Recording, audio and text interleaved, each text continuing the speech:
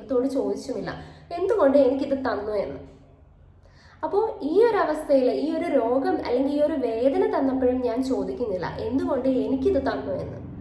ഈ ഒരു മെസ്സേജിൽ ഇദ്ദേഹത്തിന്റെ ഈ ഒരു റിപ്ലൈയിൽ ഒരു വലിയ മെസ്സേജ് ഒളിഞ്ഞു കിടപ്പുണ്ട്. അതായത് നമ്മളൊക്കെ മനുഷ്യരാണ്, നമ്മളെല്ലാവരും ജീവിതത്തിൽ നല്ലത് വരണം, നല്ല കാര്യം മാത്രം വരണം എന്ന് ആഗ്രഹിക്കുന്നതാണ്, ഇൻക്ലൂഡിങ് ഞാൻ ഉൾപ്പെടെ. അപ്പോൾ എനിക്കും നമ്മൾക്ക് ഓരോരുത്തർക്കും ജീവിതത്തിൽ പെട്ടെന്ന് ഇങ്ങനെ പ്രതീക്ഷിക്കാതെയുള്ള മോശം കാര്യങ്ങൾ വന്നു ചേരുമ്പോൾ അതിനെ എങ്ങനെ ഫേസ് ചെയ്യണം എന്നറിയത്തില്ല. അപ്പം നമ്മളൊക്കെ ഈ ഒരു അവസ്ഥയിലൂടെ കടന്നു പോകുമ്പം നമുക്ക് ഒരുപാട് ബുദ്ധിമുട്ടുകൾ ഉണ്ടാവും, വിഷമം ഉണ്ടാകും, ചിലപ്പോൾ നമ്മൾ ആകെപ്പാടെ തളർന്നു പോകുന്ന അവസ്ഥ വരും.